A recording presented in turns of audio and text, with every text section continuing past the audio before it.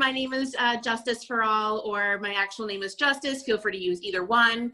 I'm almost on my PhD in forensic psychology. I'm doing a dissertation on kids that kill their parents, but I have explored all forms of different area in forensic psychology. So I love to talk about the psychological and like the profiling aspect of crimes and criminal cases. So I'm going to pass it off to my friend over here. Thanks, Justice. I'm Emily. My username on TikTok is True Crime Thotty. I'm an avid true crime fan. I've been obsessed since I was very young. I just really am drawn to like missing kids cases, and I have been ever since I was younger. So I connected with Justice, and we both kind of talked about how we wanted to discuss some crimes we were obsessed with, and one that came up that we both wanted to talk about and her fan base wanted to talk about was Kyron Horman. So we are going to kind of go over first, I'm going to go over the timeline of what actually happened in the case, and then we'll turn it over to Justice to discuss some of the psychology and our theories around it. So let's dive in with Kyron Horman. So this all happened in June of 2010 in Oregon. 10-year-old Kyron Horman, he was going to school. It's just a regular day, a Friday at Skyline Elementary School.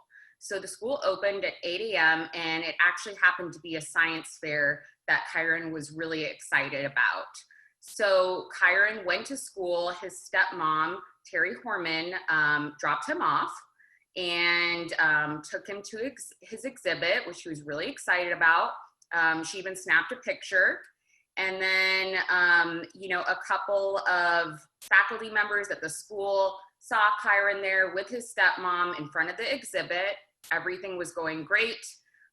Terry leaves the school supposedly at 8:45. Around 9 a.m., a student reported seeing Kyron still at school.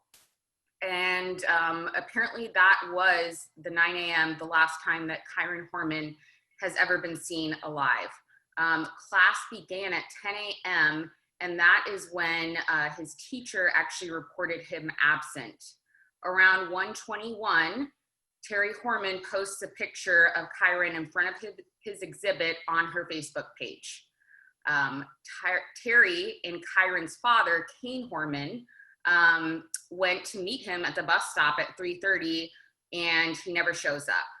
So then basically all this unfolds, and they call the school, find out he was reported absent, and shortly thereafter, police are called, and later on in the night, the FBI is actually called about 7 p.m. and are alerted to his disappearance, and this caused a massive manhunt for weeks and weeks, and it was very, very expensive. So there has been, that's a timeline of what happened that day. Now, since then, Justice, do you want to chime in on this? There have been a lot of allegations about Terry Horman. Afterwards, it comes out that Terry Horman, about, I believe, 6 months prior to Kyron's disappearance, had tried to hire the landscaper in a murder for hire plot against Kane. Yep. So that comes out. It has since come out from, I believe, one of her ex-boyfriends that she also had a murder for hire plot on him as well. So this is kind of a theme for her. And Kane has filed for divorce and also primary custody of their young daughter. And I guess during that time, Terry actually violated a restraining order trying to grab their daughter together from, I believe, a daycare after the restraining order had been instated. And I believe, what else am I missing as far as afterwards, as far as legal proceedings go?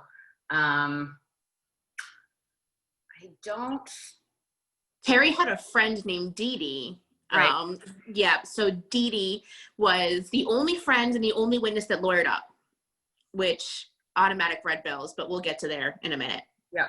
But I think that was like the only, like, you've pretty much hit on everything, like, fact-wise for the case. It was at the time the biggest manhunt in Oregon, like the biggest search party in Oregon.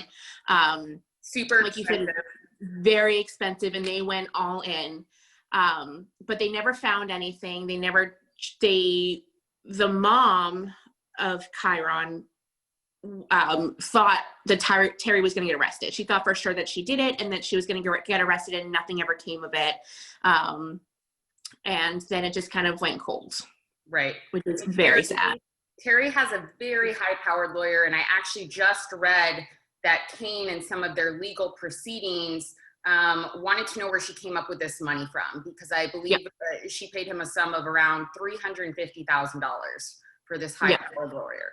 And I'm not sure what she did for a living to make that kind of money. I know at one point she was a bodybuilder, but at the time of the disappearance, I'm not sure what she would have been doing to have that kind of cash available to her. Yeah, exactly.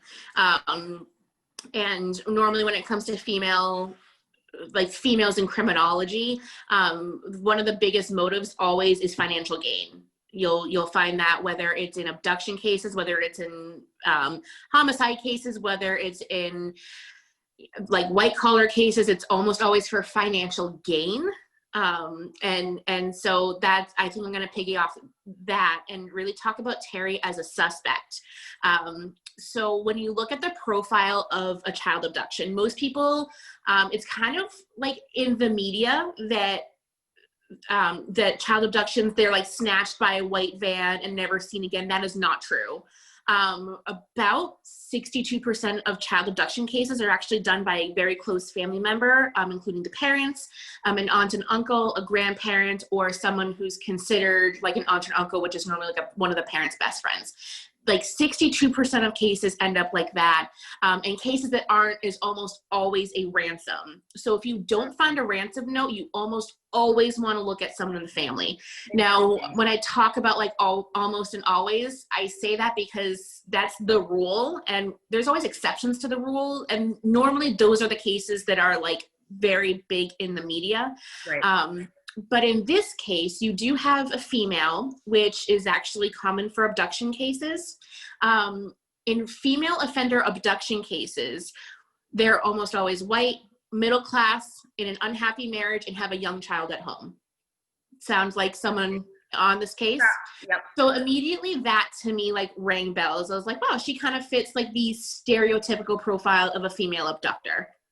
So then you look into like the mindset of a female abductor. They almost always plan ahead. They'll normally have steps planned. They normally know why they're like when they're going to do it and how they're going to do it. And normally the female abductor is doing it for financial gain and also for family strife and drama. So if she's in an unhappy marriage and she wants a divorce, and they just gained custody of Kyron from the mom because the mom is very, very sick. Right. And so the dad took Kyron, and it was a very peaceful, it wasn't hostile. It was just because the mom was very sick with a type of cancer. So she acquired this stepchild, and she didn't get a say in it, which can sometimes set off a female, especially possessive female with a young child. Now, how old at that time when they gained full custody of Kyron was the daughter the newborn daughter? I think she was like a newborn. I think she was like under 2 months. Okay. She was like a newborn. Birth, and now gets full custody of another child. Correct, that she had no say in. Right. And she might not have even liked him before, because that's very common when you have a possessive woman who has an ex. Not only were they still friendly with each other, but the dad and the mom were very amicable with the custody because of how sick she was. And she's like, I don't want to put my son through that. And dad was understanding. So when you think in terms of like jealousy and possessiveness, that would definitely motivate that. Then Right. You have the history of her wanting to kill the ex-boyfriend, and then it coming out that she hired someone to kill the husband. Interesting.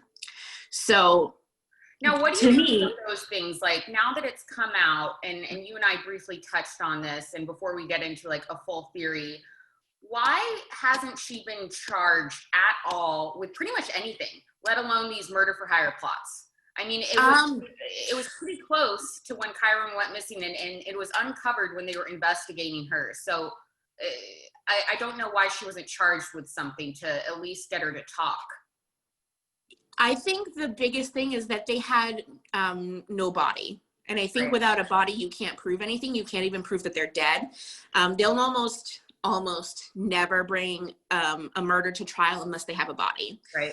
Because how many times have we thought someone was dead and then 15 years later they emerged because they had been kidnapped or tortured or ran away or put into trafficking, or these like horrible instances where you assume that they're dead because it's been a decade. So they don't really they don't charge without a body. Right. There is no concrete evidence that she did it.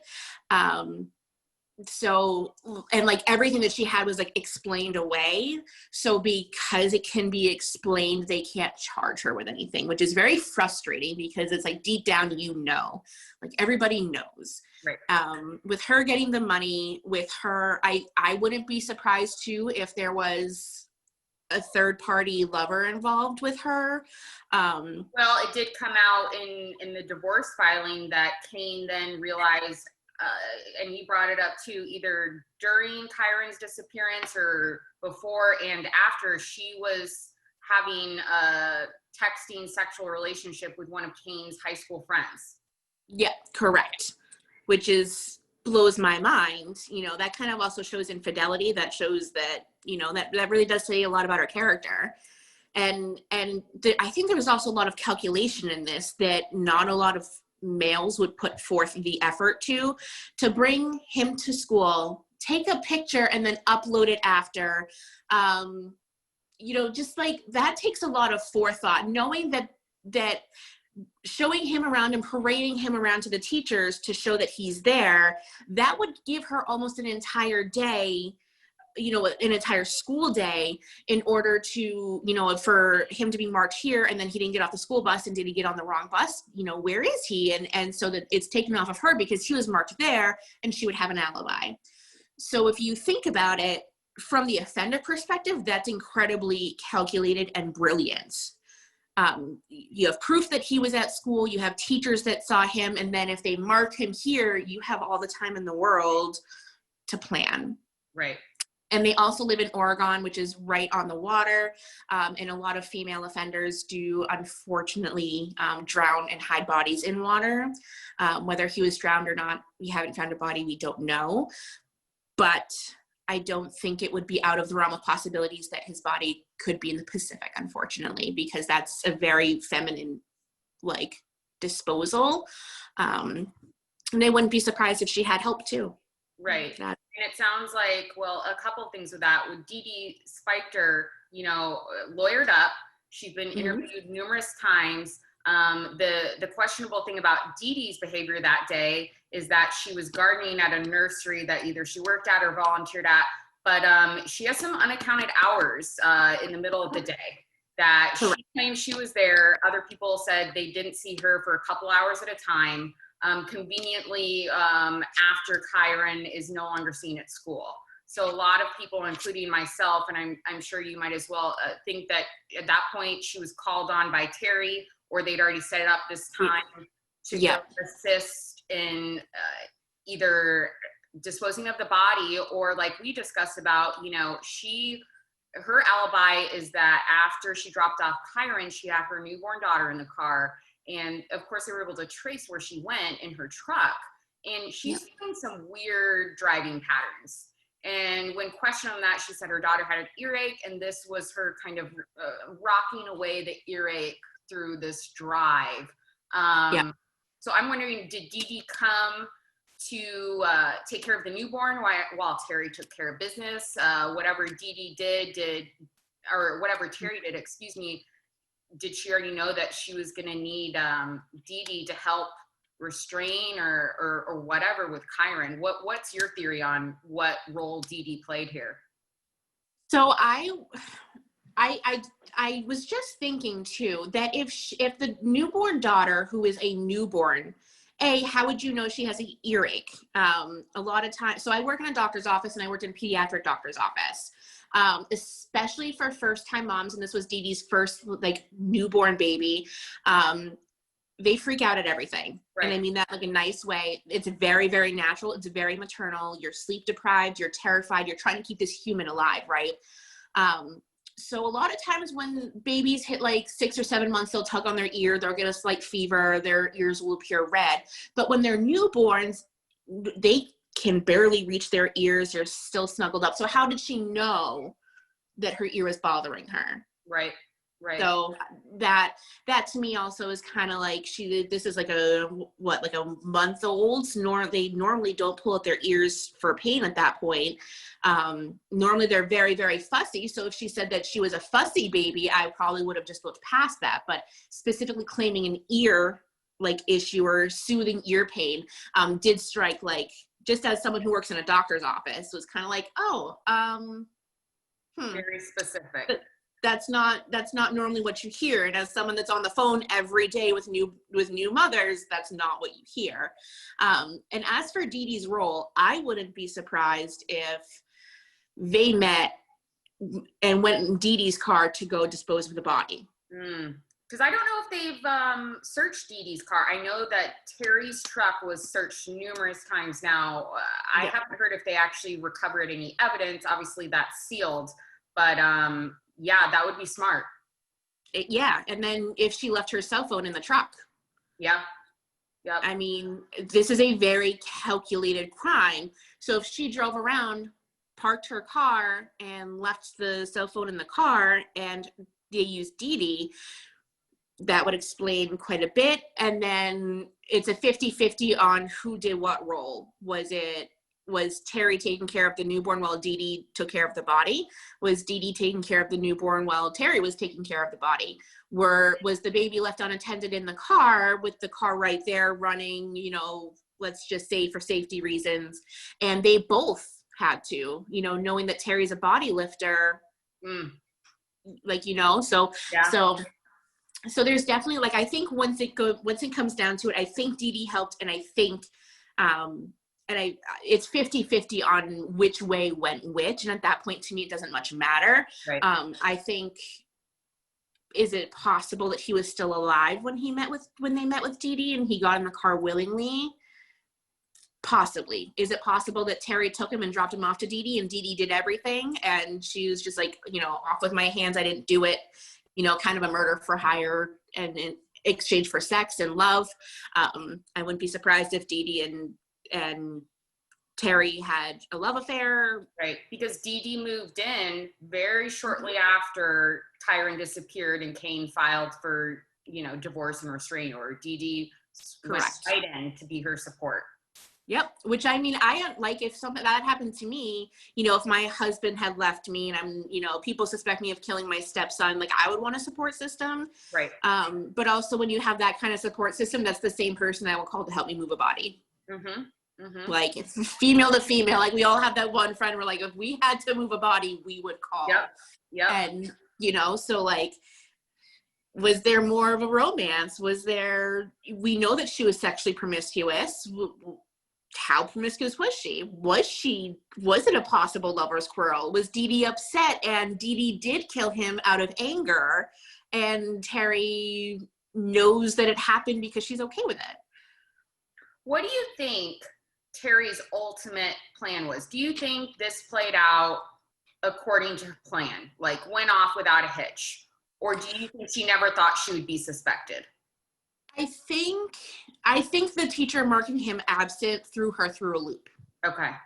I think that even throughout the day, like, she had all this time and she planned on having more time to kind of get her affairs in order. But I think that she was banking on the teacher marking him there, which I think is also why she uploaded the picture at the time she did, to prove that he went to school and to also to show teachers that might have been friends with her on Facebook, like, oh, he's at school today, and just mark him here. And maybe she could convince, like, she wouldn't have to convince anybody where he was. He would just be marked there. Right. So I think that definitely, she did not account for that. I do not think she accounted for that. And I think that definitely messed up. But I think she took the whole day to, like, go through with the plan.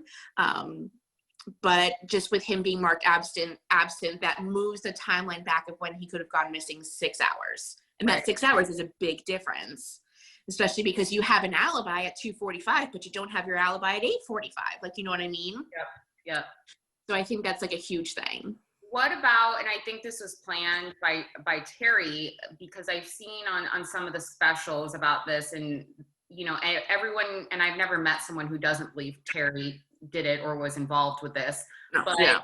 the idea that this science fair at this elementary school, you know, there were so many people, maybe a pedophile slipped in through the cracks, came into this science fair and scooped him up. What are the odds of that happening? Not likely. So I'm not going to get into the semantics of it, but there is a difference between a pedophile and a child molester. Okay. So the child molester would have been the one to go in and take him. Okay. And that's a hugely controversial topic. And I'll gladly do that off camera with you because I know that you'll understand, but it's very, very controversial. So it would most likely be a child molester. And if it's a child molester that would have gone in and taken him in this big science fair, this child molester would have been watching him. They would have been watching the family habits. They would have been stalking the house.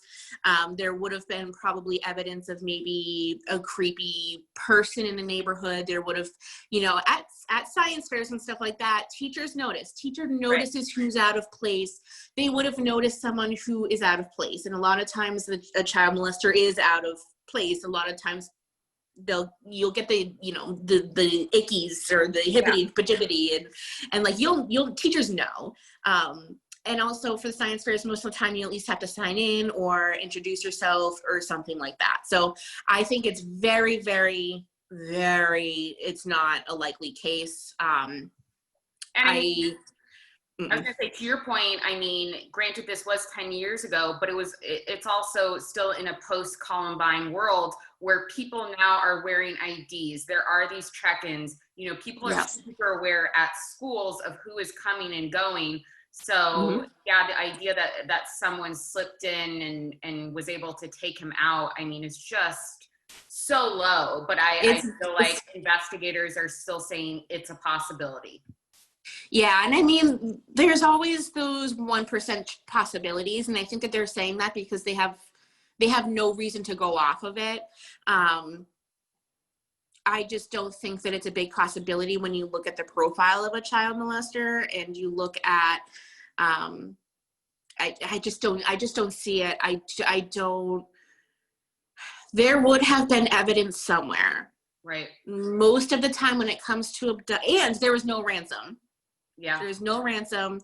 Child molesters often also want to leave the body to show what they've done and to show how controlling and possessive they are. They'll plant the body, but they'll plant it so that you can find it, basically. They'll put you through the ringer. And if it was a child molester, you would have found the body at this point because he would have, it would have been known. Okay. My next question is, why hasn't Terry been arrested? Nobody.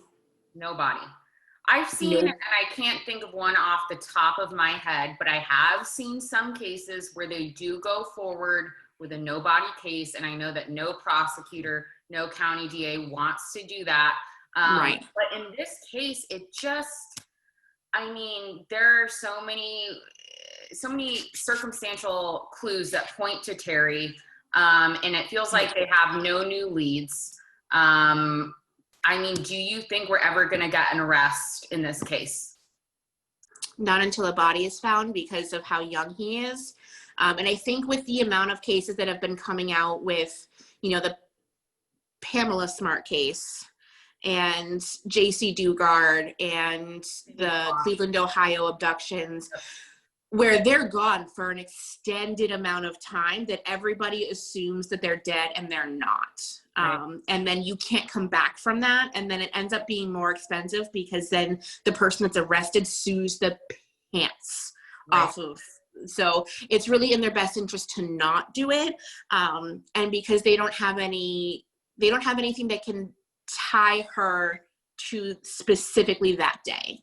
Right. And I think if there was a blood stain of his on the backseat of her car, if you know, there was a recording of him saying like he was scared of his stepmom somewhere, that would be more like evidentiary support of the situation. But where they just have nothing and they don't have a body, it's not smart to do so. I'm even thinking that if a body shows up, if you're right and the body is in the ocean and eventually, God willing, the body comes ashore, you know, that body's going to be so decomposed. I would Very doubt, especially because I don't think either of us believe that she shot him, that they're going to find the cause of death. No. What are the odds that even if there is a body washed up, that they can connect Terry to that body? Who's to say they can't just be like, well, someone else still could have put him in the ocean, or, you know, right, stumbled over there, you know, whatever. Could they Mm-hmm. connect it to Terry, you think, if a body comes ashore? If a body came ashore and it was his, I think at this point, a forensic psychologist could step in and say, psychologically, you have this evidence, this evidence, this evidence. You know, dumping in the ocean is a very feminine way of doing it. There's, you know, there's no shot wounds. There's no extensive damage to the body to show assault, which are both masculine things. So it's really proving to be a feminine. And, you know, there's this on the body, which shows that there's a close relationship, i.e. strangled. So if she strangled him, that normally shows a close emotional and physical relationship with someone. You know, so maybe at that point, that's when the forensic psychologist steps in and says, this is where your evidence comes in. This is where you can arrest her, because there have been cases where the forensic psychologist is able to be like, you know, research states this, and this happens in this type of case, and that person's that. And you know, that sometimes is enough to go on. Not always, but sometimes it's good enough depending on the case. So it depends on if and when they find the body. Right. Is there any chance in your mind, and I don't know if there's a chance in my mind, that Terry kept Kyron alive? Kyron is stashed away somewhere. You know, when we were talking, I was thinking about that. I was like, what if this is another JC Dugard story? What if this is another Elizabeth? Was it Elizabeth or Pam Smart? I always get them switched up. Elizabeth Smart. I'm so sorry. I always get them switched up. So is it going to be one of those cases? Would that make Terry as the suspect in your mind if Kyron comes up alive? If Kyron comes up alive, I don't think Terry did it at that point. Okay. Females would not want to keep that charade up. They want it done and over with.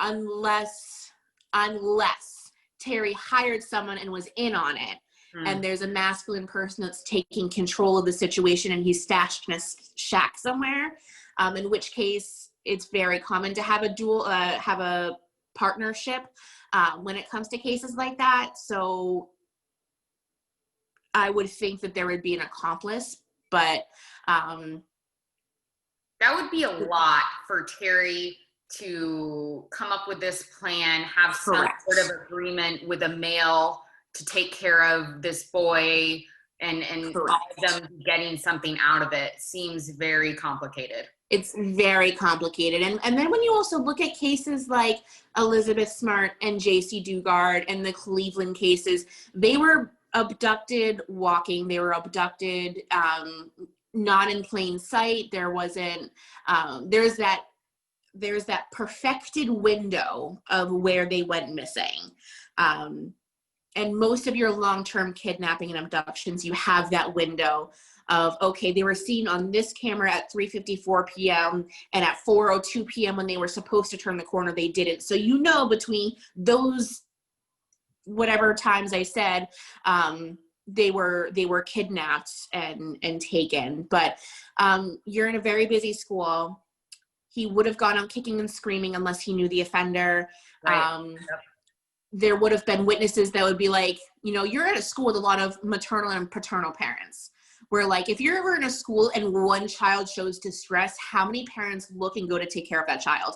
It is a natural instinct. So if you have this kid that was taken by a child molester that they didn't know, you don't think he would scream? Right. You don't think something would like parents would kind of look around, but when he's with a natural parent, nobody bats an eye. Right.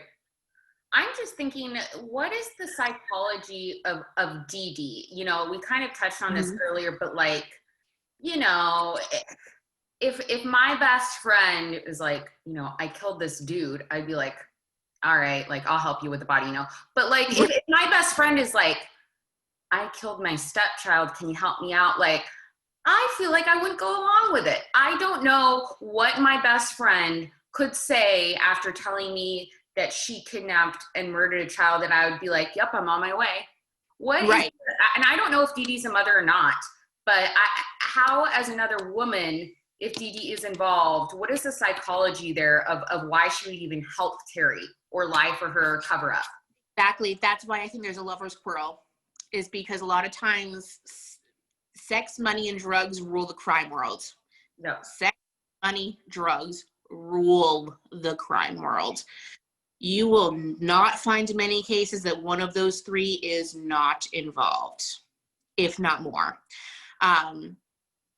I think, you know, if my best friend called me and said, oh my God, I just killed my ex-husband, I'd be like, all right, let's go hide the body. Like, no big Exactly. deal. Yep. And he's like, oh my God, I just accidentally killed my stepson and I need help. I'd be like, okay, you need to call the police Right. to own up, and you need to say it was an accident. You might get a lesser sentence. You might get, you're probably going to go to jail and you're probably afraid. But no, But I'm not helping you put the body in the but ocean. I'm not going to help you move a dead body of a 10-year-old. Yeah.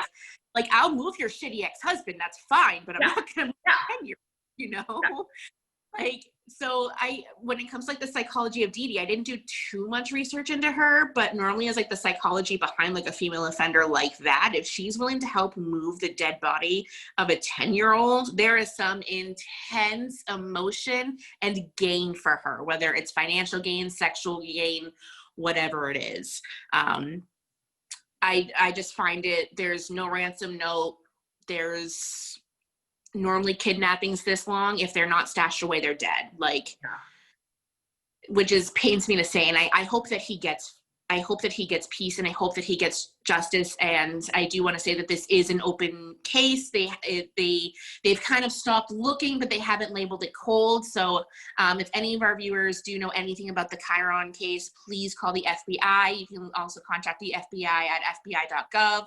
You can also call the Oregon State Police, and they'll be happy to assist you or take any anonymous tips. But please just remember that this is an open case, and we don't want to affect that. But we do just want to talk about it because we need to bring awareness. And I think that that's really important, of bringing awareness to cases. I agree. And the family, if you watch the videos or the interviews, I mean, it's just so heartbreaking. And I know they have a memorial up, and every time that the anniversary comes up, they're on the news, they're trying to bring attention to this case. And I just know for me, like, I don't know what it was, but like, this case really affected me, and I really hoped that he would have been found and this case could have been over. But here we are 10 years, still hoping that we get some resolve, and fingers crossed that he comes up alive and is safe. But we need to make sure that people are still thinking about this. And if they, like Justice said, if you know anything, if you saw Terry that day, if you saw Dede that day, anything suspicious in that area, contact the FBI. So, all right, I'm going to end the recording.